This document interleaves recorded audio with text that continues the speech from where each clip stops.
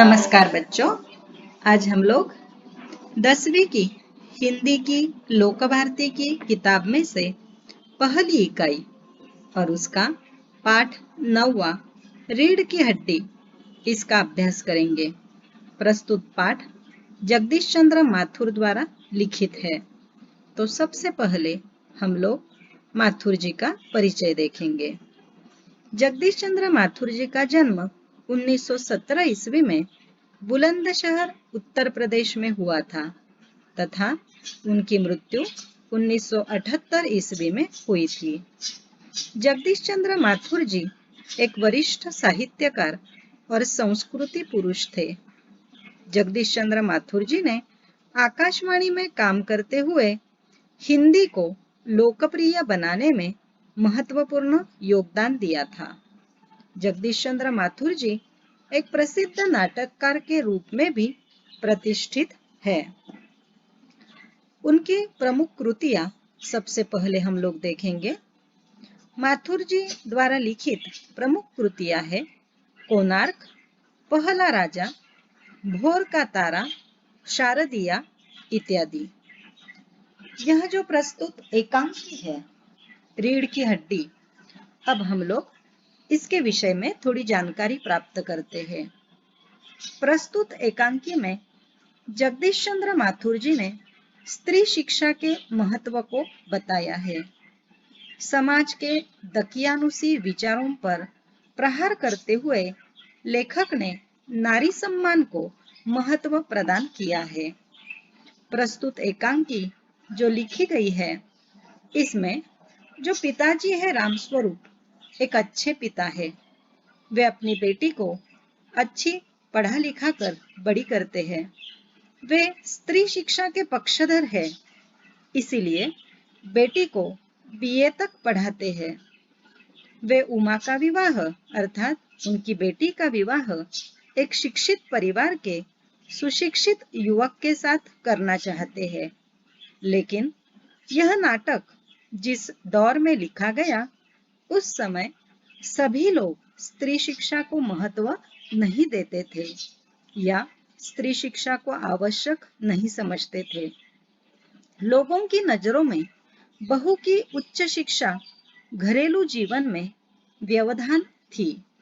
परिणाम स्वरूप जहां कहीं भी वे विवाह संबंध के लिए बात करते, बेटी की उच्च शिक्षा बाधा बन जाती थी। कहीं भी विवाह निश्चित न होने के कारण रामस्वरूप परेशान हो जाते हैं और मजबूर होकर बेटी उमा के बीए तक पढ़े होने की बात को छिपाने का रास्ता चुनते हैं।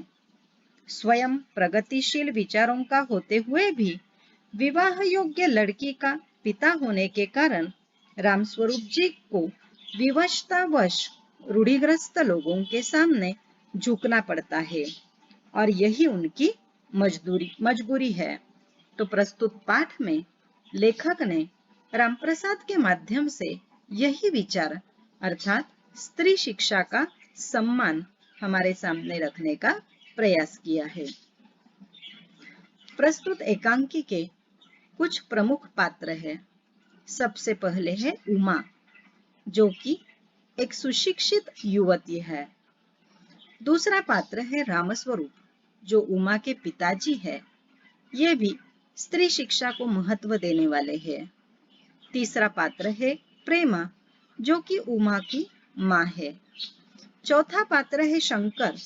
शंकर एक युवक है जो सुशिक्षित होने के कारण उमा को देखने के लिए आया हुआ एक युवक है। गोपाल प्रसाद यह शंकर के पिताजी है, लेकिन ये स्त्री शिक्षा को विरोध में लगने वाले ये पात्र है। और अंतिम पात्र है रतन, जो कि रामस्वरूप का नौकर है। चलो तो बच्चों, इन पात्रों के माध्यम से अब हम आगे बढ़ेंगे, लेकिन सबसे पहले हम प्रस्तुत एकांकी में आए हुए जो मुहावरे हैं उनका अर्थ देख लेते हैं। सबसे पहला मुहावरा आया है पसीना बहाना अर्थात बहुत मेहनत करना। दूसरा मुहावरा है मुंह फुलाना यानी नाराज होना। और अंतिम मुहावरा आया है इज्जत उतारना यानी बेइज्जती करना। इसके बाद हम लोग प्रस्तुत पाठ में आए हुए कुछ नए शब्दों को देखते हैं। पहला शब्द है तख्त। तख्त कहते हैं लकड़ी से बनी हुई एक जो चौकी या टेबल होता है उसे तख्त कहा जाता है। करीने से इसका अर्थ है ढंग से। मुताबिक यानी मुखातिब यानी के सामने। मार्जिन अंग्रेजी शब्द आया है जिसका अर्थ है अंतर। अगला शब्द है तश्तरी यानी छोटी सी थाली। बैकबोन फिर से एक विदेशी शब्द आया है जिसका अर्थ है रीढ़ की हड्डी। तकल्लुफ जिसका अर्थ है शिष्टाचार। तशरीफ लाना यानी विराजना।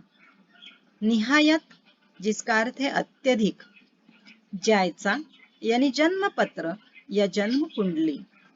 रूखा व्यवहार की कठोरता।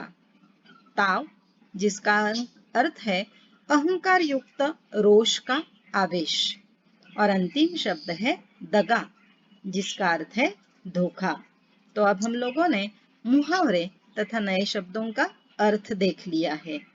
तो बच्चों अब हम लोग इस पाठ की जो कहानी है उसे सुनते हैं। चित्र में आपको दिखाई दे रहा होगा कि यहाँ एक रीढ़ की हड्डी यानी जिसके सहारे मनुष्य खड़ा होता है उसे रीढ़ की हड्डी कहा जाता है। तो इसी रीढ़ की हड्डी को लेकर हम लोग आगे बढ़ेंगे।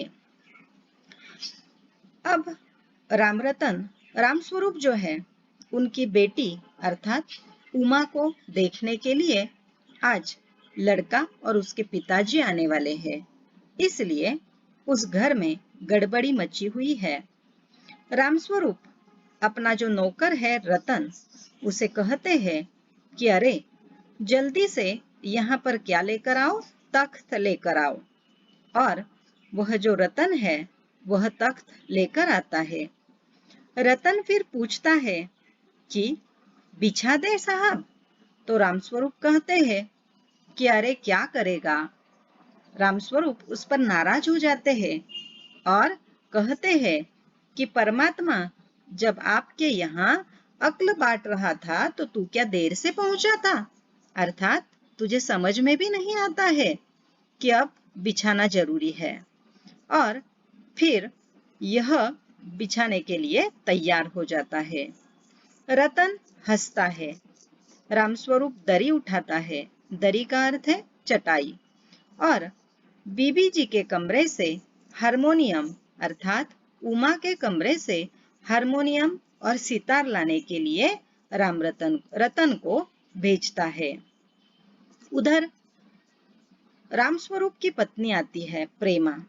प्रेमा कहती है कि आपकी जो लड़की है उमा वह तो मुंह फुलाए बैठी है अर्थात नाराज हुई है।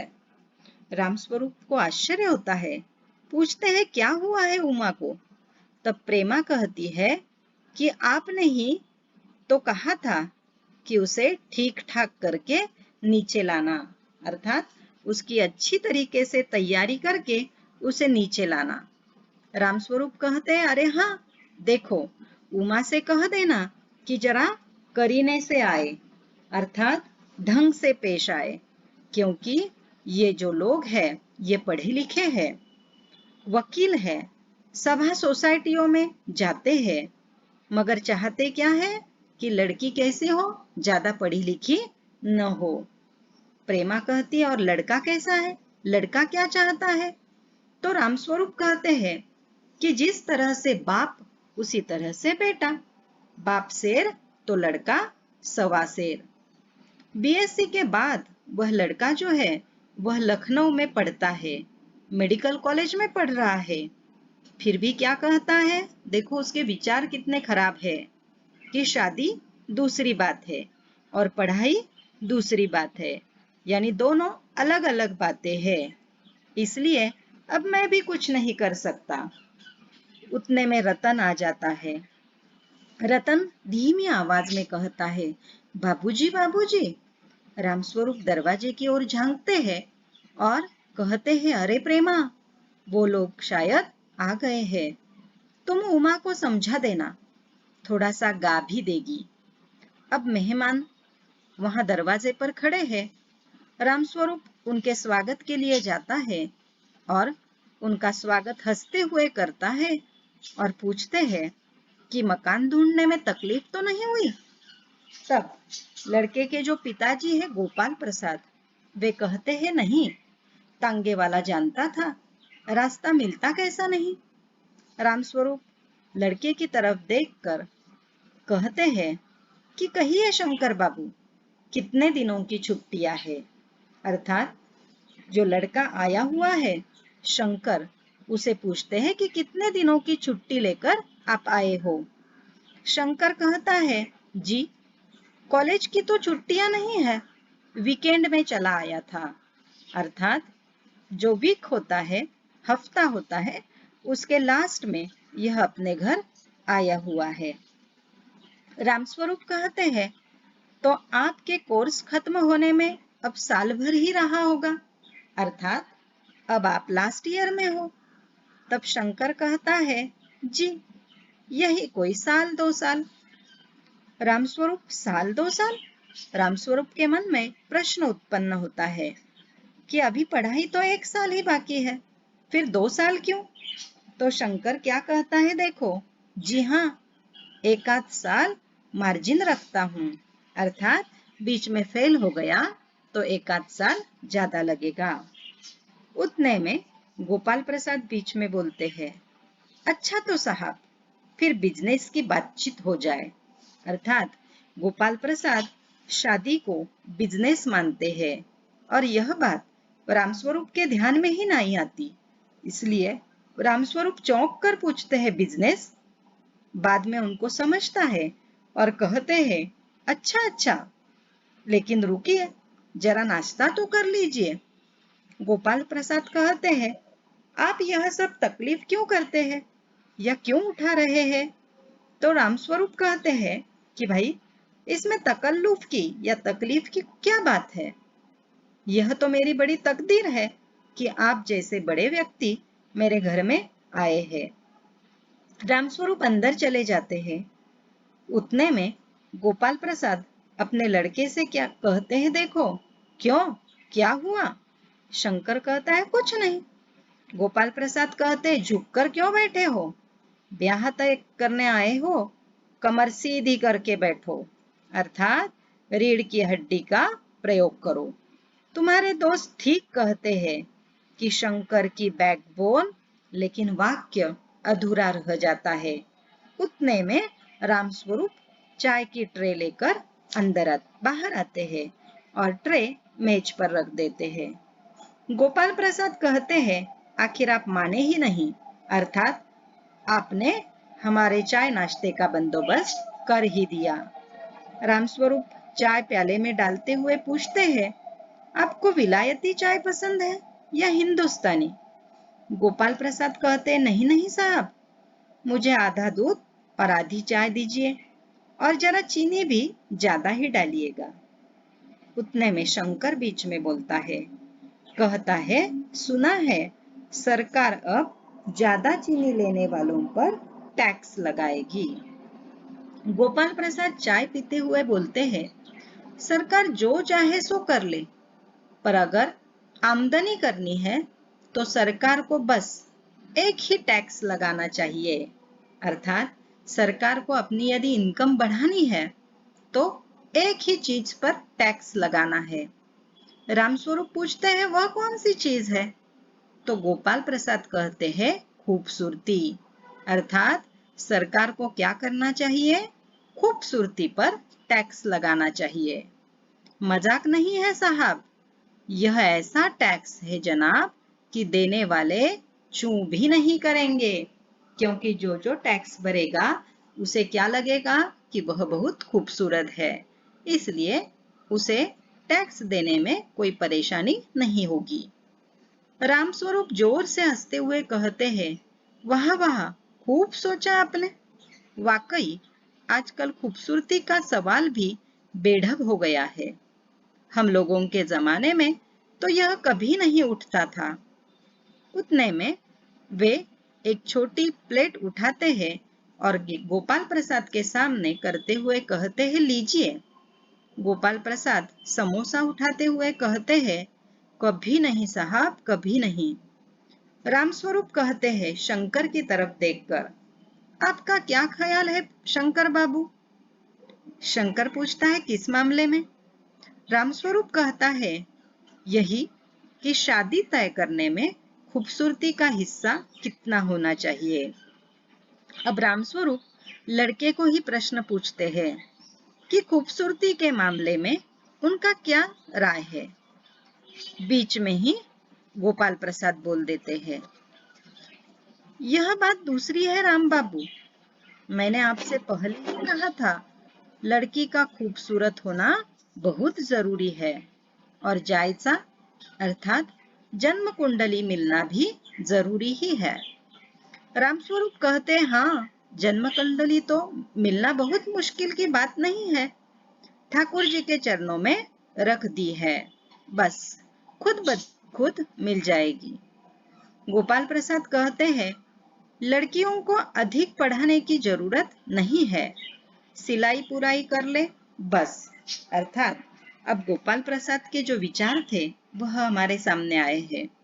गोपाल प्रसाद क्या कहते हैं कि लड़कियों को पढ़ाई की ज्यादा जरूरत नहीं है, लड़कियों को क्या करना चाहिए, उन्हें क्या आना चाहिए, तो सिलाई और पुराई कर ले, इतना ही बस। रामस्वरूप बेचारे, जिन्होंने अपनी बेटी को बीए तक पढ़ाया था लेकिन छिपा कर रखा है, उनकी हाँ में हाँ मिलाते हुए कहते हैं, हाँ हाँ, और अब अंदर से वह एक मैसेज भेजते हैं कि जरा पान भिजवा देना। गोपाल प्रसाद और चश्मा। अब देखिए, पान लेकर कौन आता है? उमा आती है और उमा का चेहरा जैसे ही थोड़ा सा ऊपर उठ जाता है और नाक पर रखा हुआ उसका सुनहरी रीम वाला अर्थात फ्रेम वाला चश्मा इन बाप बेटों को दिखाई देता है, तो दोनों चौंक जाते हैं और दोनों एक साथ बोलते हैं, चश्मा?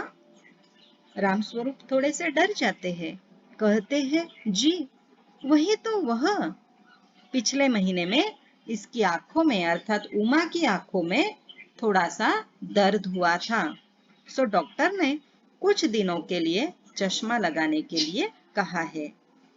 गोपाल प्रसाद पूछते हैं, पढ़ाई वढ़ाई की वजह से तो नहीं? तो रामस्वरूप कहते हैं, नहीं साहब, वह तो मैंने अर्ज किया ना, अर्थात बेटी पढ़ी लिखी नहीं है। गोपाल प्रसाद संतुष्ट हो जाते हैं अर्थात खुश हो जाते हैं और उमा से कहते हैं, बैठो बेटी। अब रामस्वरूप कहते हैं, वहां बैठ जाओ उमा, उस तख्त पर अपने बाजे बाजे के पास। उमा वहां बैठ जाती है। गोपाल प्रसाद कहते हैं, चाल में तो कुछ खराबी नहीं है, देखो लड़की को देखने आए हैं और उसकी चाल ढाल वगैरह सब कुछ देख रहे हैं। गोपाल प्रसाद ने शेरा लगा दिया कि चाल अच्छी है, चेहरे पर भी छवि है, हाँ अब क्या करो, कुछ गाना बजाना सीखा है? रामस्वरूप कहते हैं, हाँ, सितार भी और बाजा भी, यानी उमा को सितार बजाना भी आता है और बाजा भी। तो रामस्वरूप अपनी बेटी उमा से कहते हैं कि उमा एक आध गीत सितार के साथ सुना दो। उमा सितार पर मशहूर भजन मेरे तो गिरधर गोपाल गाना शुरू करती है, लेकिन उतने में उसकी आंखें शंकर की ओर देख झपकती है और वह गाते गाते एक साथ रुक जाती है। रामस्वरूप पूछते हैं, क्यों, क्या हुआ? गाने को पूरा करो उमा। गोपाल प्रसाद कहते हैं, नहीं नहीं साहब, काफी है, यानी आपकी लड़की अच्छा गाती है। गोपाल प्रसाद कहते हैं, अभी ठहरो। रामस्वरूप, थोड़ा और बैठी रहो उमा। गोपाल प्रसाद कहते हैं उमा से, तो तुमने पेंटिंग वेंटिंग भी सीखा है? देखो अब गाना बजाना हो गया, अब पेंटिंग वेंटिंग के बारे में पूछ रहे हैं। उमा अभी भी चुप है, बोलती है, उसके जो पिताजी है वही उत्तर देते हैं, हाँ, वह तो मैंने आपको बताना ही भूल गया। यह जो तस्वीर दीवार पर टंगी हुई है कुत्तों वाली, इसी ने अर्थात उमा ने बनाई है। और उस दीवार पर भी जो बनाई हुई तस्वीर है वह भी उमा ने ही बनाई है। गोपाल प्रसाद कहते हैं, बहुत अच्छा। और सिलाई आती है? रामस्वरूप कहते हैं, सिलाई तो सारे घर की इसी के जिम्मे रहती है, यहाँ तक कि मेरी कमीजें भी यही सिलती है। गोपाल प्रसाद कहते, ठीक है, लेकिन हाँ बेटी, तुमने कुछ इनाम बिनाम भी जीते थे? उमा अभी भी चुप है। रामस्वरूप इशारे से खांसते हैं और फिर भी उमा चुप ही है, उसी तरह गर्दन झुकाए। गोपाल प्रसाद अधीर हो उठते हैं और रामस्वरूप सपसपाते हैं। रामस्वरूप कहते, जवाब दो उमा। जरा शर्माती है। इनाम तो इसने। गोपाल प्रसाद थोड़ी रूखी आवाज में कहते हैं, जरा इसे भी तो मुंह खोलने दीजिए। अर्थात जब से आए हैं तब से आप ही यानी रामस्वरूप ही बोल रहे हैं, थोड़ा सा उमा को भी बोलने दीजिए। अब उमा हल्की लेकिन मजबूत आवाज में जवाब देती है। क्या जवाब दूं बाबूजी? जब कुर्सी मेज बिकती है तब दुकानदार कुर्सी मेज से कुछ नहीं पूछता, सिर्फ खरीदार को दिखलाता है। पसंद आ गई तो अच्छा, वरना। अर्थात उमा क्या सोचती है इन लोगों के विचार देखकर, कि जिस तरह से किसी दुकान में कोई चीज बेची जाती है, उस चीज से जिस तरह से कुछ पूछा नहीं जाता है, उसी तरह से मैं भी क्या हूँ, बाजार में बिकने वाली एक चीज हूँ। इसलिए मुझे कोई कुछ पूछेगा नहीं, सिर्फ जो खरीदने के लिए आया है अर्थात लड़का और उसके पिताजी, उन्हीं के बारे में पूछा जाएगा या उन्हीं की पसंद पूछी जाएगी। रामस्वरूप चौंक जाते हैं और खड़े होते हैं। उमा, उमा। उमा कहती है, अब मुझे कह लेने दीजिए बाबूजी।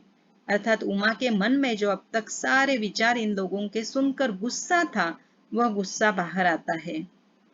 गोपाल प्रसाद गुस्से में आते हैं, कहते हैं, बाबू रामस्वरूप, आपने मेरी इज्जत उतारने के लिए मुझे यहाँ बुलाया था। उमा तेज आवाज में बोलती है, जी हाँ, और हमारी बेइज्जती नहीं होती जो आप इतनी देर से नापतोल कर रहे हैं। अर्थात मेरी चाल ढाल, मेरी शिक्षा, मेरी सिलाई पुताई, मेरा गाना वाना, ये सब आप पूछ रहे हैं, उसमें हमारी बेइज्जती नहीं है। शंकर कहता है, बाबूजी चलिए। गोपाल प्रसाद कहते हैं, क्या तुम कॉलेज में पढ़ी हो? रामस्वरूप उस वक्त चुप रह जाते हैं, लेकिन उमा बोलती है, जी हाँ, मैं कॉलेज में पढ़ी हूँ और मैंने बीए पास किया है। बीए पास किया तो कोई पाप किया है क्या? नहीं, मैंने कोई पाप नहीं किया, कोई चोरी नहीं की है और न आपके पुत्र की तरह लड़कियों के हॉस्टल में ताक झांक कर कायरता दिखाई है। अर्थात उमा यहाँ क्या कहती है कि यह जो शंकर है, इस शंकर को उमा जानती है और इसे एक बार लड़कियों के हॉस्टल में झांकते हुए पकड़ा गया था। मुझे अपनी इज्जत, अपने मान का ख्याल तो है, लेकिन आपके लड़के से पूछिए कि ये किस तरह नौकरानी के पैरों में पड़कर अपना मुंह छिपाकर भागा था। रामस्वरूप अपनी बेटी को कहते हैं, उमा, उमा, अब बस करो। गोपाल प्रसाद खड़े होते हैं, बहुत गुस्से में है, कहते हैं, बस हो चुका। राम बाबू, आपने मेरे साथ दगा किया है, अर्थात मुझे धोखा दिया है। आपकी लड़की तो बीए पास है और आपने मुझे कहा था सिर्फ मैट्रिक तक पढ़ी है। दोनों बाप बेटे दरवाजे की ओर बढ़ते हैं। उमा उनसे कहती है, जी हाँ, जाइए, जरूर चले जाइए, लेकिन घर जाकर जरा यह पता लगाइए कि आपके लाडले बेटे के रीढ़ की हड्डी भी है या नहीं, यानी बैकबोन। यानी वह उमा जो है वह गोपाल प्रसाद के से कहती है कि अपने बेटे से कहिए कि उसकी क्या है, बैकबोन है या नहीं है। इस तरह से दोनों चले जाते हैं और यहाँ यह कहानी खत्म होती है। तो बच्चों, यह है रीढ़ की हड्डी। यह कहानी जब लिखी गई उस वक्त स्त्री शिक्षा का विरोध होता था, लेकिन लेखक जगदीश चंद्र माथुर स्त्री शिक्षा को, नारी को सम्मान देना चाहते थे और इसीलिए इस पाठ के माध्यम से, इस एकांकी के माध्यम से उन्होंने हमारे सामने स्त्री शिक्षा का महत्व व्यक्त किया है। तो आपको यह कहानी जरूर समझी होगी। अब आपके लिए होमवर्क है कि आपको सबसे पहले प्रस्तुत पाठ का नाम तथा इसके जो लेखक है, लेखक का नाम और उनका परिचय लिखना है। लेखक की प्रमुख कृतियों के नाम लिखने हैं और प्रस्तुत एकांकी के बारे में आपको जो समझ में आया है उसे कहानी के रूप में आपको लिखना है। प्रस्तुत एकांकी की कहानी अपने शब्दों में आपको लिखनी है। धन्यवाद।